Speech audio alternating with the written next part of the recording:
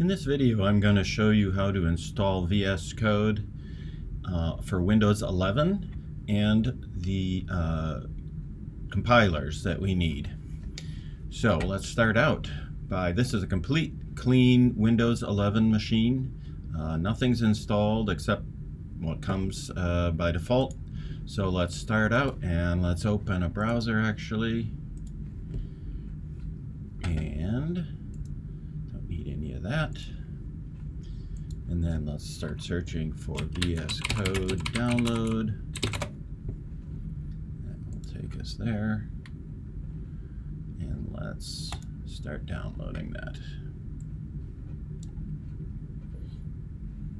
Yeah, that's done.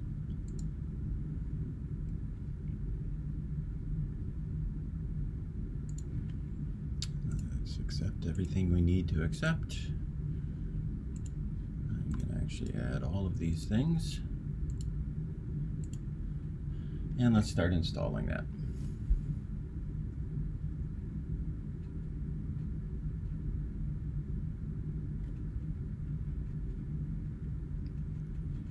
Okay, we don't need to launch it. Good. That's vscode is installed on this Windows 11 machine. Now, let's open up PowerShell, and we're going to run it as administrator. The way that we're going to set up our compilation is by actually using the Windows Subsystem for Linux. So we're going to install an Ubuntu virtual machine onto this Windows 11 machine. And it works really well, especially for Computer Science 112, because the machines in our labs are running Ubuntu, a version of Ubuntu. And so compilation here with this system, if it works, it should work also in the lab. And as you know, the assignments are graded on the machines in the lab. So it's a great way to figure out if your code is actually working correctly. So we started up PowerShell as an administrator, and now we're going to install the Linux Ubuntu. So what I'm doing is starting up the Windows Subsystem for Linux, and I need to install it first. So we type WSL -- install, and it's going to begin doing that. Now this can take a little while. I may pause the video and come back when this is done. But when it's done installing, we need to reboot the machine, and then the rest of the installation will begin. Let's see how long this takes.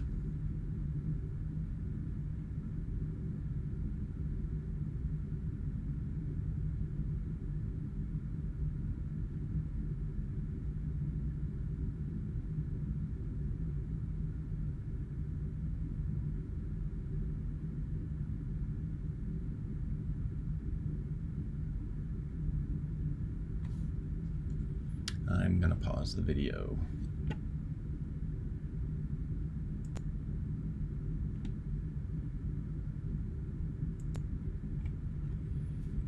Okay, so it has finished installing. It was successful, and we need to reboot the system. Now there's an easy way to do that. We can type, shutdown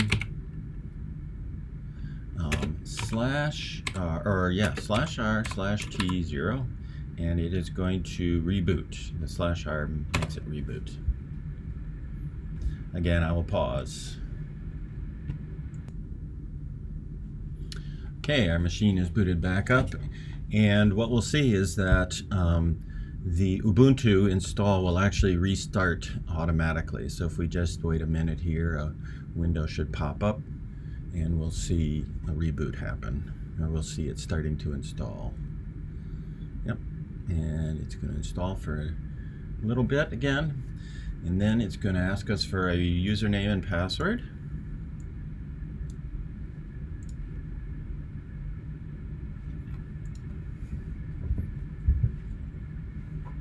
And then we're going to install the compiler, which we're going to use the G++ compiler. And so I'm going to use, here's my username. For password, I'm just going to have something really short.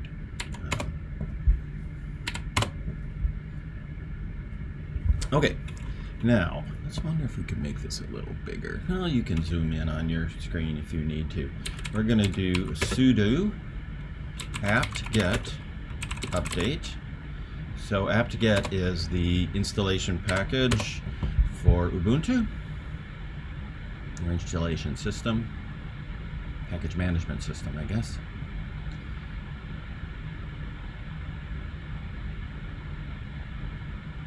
And that's done. So we updated the existing packages, and now we're going to install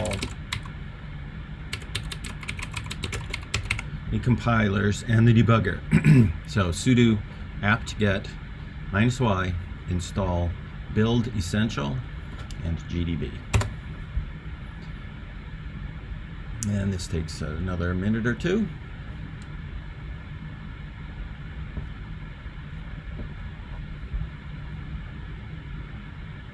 Here's GCC being installed, G++, bunch of libraries. Setting everything up.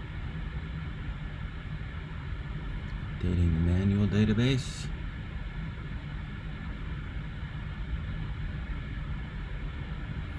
Okay, done. Now, the next thing we're going to do is make a directory where we can put all of our Computer Science 112 stuff. So in here, now remember we're working in Ubuntu, so we're going to use the Unix commands. Make directory CS112. Now I'm going to change down into that directory, and now I'm going to actually run code. Now this seems odd to me because we haven't installed vscode here, but somehow this is going to work and it's going to run it from the other machine, or from the the host operating system. Yes, trust the authors. The author is me, so that's good. Now, take a look at this. We have a Computer Science 112 directory here, but it's not, I don't exactly understand all of this, but it's not connected to the Linux box somehow. So what we need to do is install some extensions. Let me make this a little bigger here. So install some extensions. Now this is the extensions icon, and what we'll do is search for remote. And you should see here a remote WSL. If I click on that, then I want to install that. So let's click over here and click that. So that's Windows Subsystem for Linux. Open any folder in the Windows Subsystem for Linux and take advantage of whatever. So we're installing that, and that actually worked already. Now, I am gonna hit F1 on my machine, which is going to bring up the command palette. Another way to do that is Control-Shift-P. So here's a bunch of commands you can run in VS Code. And I'm going to again search for remote. And now I'm going to open the current folder, or reopen the current folder in WSL.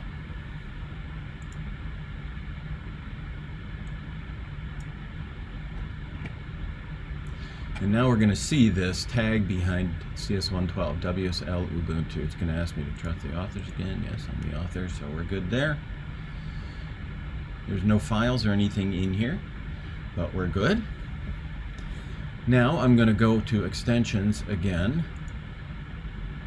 And we see we have local extensions and WSL extensions. Nothing there. Let me look at my notes here. Now we're going to click on and search now for C++. And here we're going to find the C++ extension pack. So this includes something like 7 different extensions, some themes, highlighting, all kinds of stuff. So we're going to select that, and then over here, it's important not to click install there, but to do this, install in WSL Ubuntu. So we're going to download it and install it on the Linux Ubuntu installation, the guest operating system. This can take a few minutes. Oh, this time it was very fast. Good. Okay, it seems to have installed. If we click on here again, oops, click on here again, and now, oh, and let's get rid of this, search, and down here in our WSL Ubuntu now we see a bunch of things installed for us. Now I'm going to click on this Explorer up here, which is also Control-Shift-E. Let's create a file here. We want to make sure now that we're getting the compilation to work. So let's create a file here just for a test, and I'll call it main.cpp. And we should start to see some highlighting and IntelliSense working, and we do. Good. IOStream using namespace. Not going to type it all. Standard int main. Let's say hello world, as is tradition. We don't want to mess with tradition. And Control-S to save it. Good. Now, a little bit tricky here. We want to configure a build task. So we go to Terminal and configure default build task. Now, if everything's gone right, we should see this menu of things. These are all discovered from the Ubuntu subsystem. So let's select user bin G++. It shows us a tasks.json file, which is now in our folder, CS112 folder, under a .vscode folder is a tasks.json. We don't have to mess with this now. We might do that in another video, but I'm just going to save it. Control-S and close it.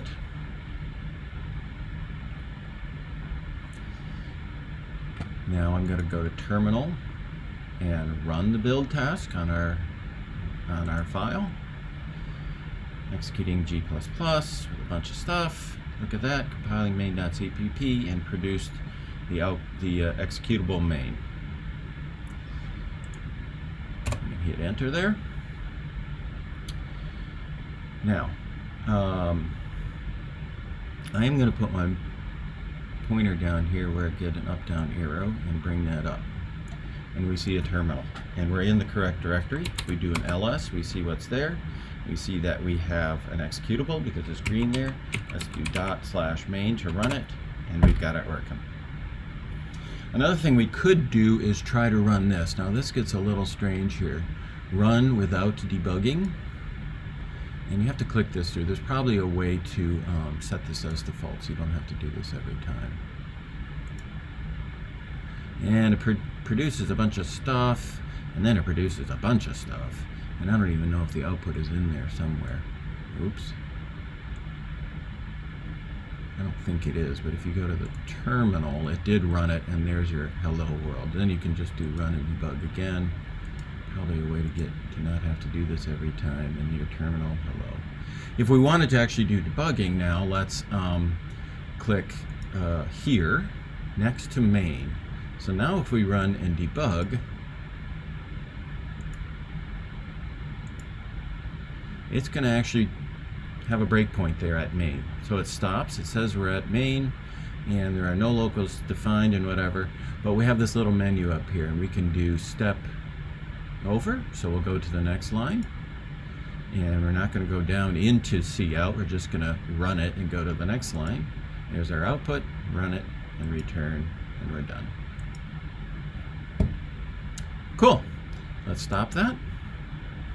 That's a nice little system. So we've set it up to use the G++ compiler on Ubuntu on our machine, on our Windows 11 machine. I hope that's been helpful.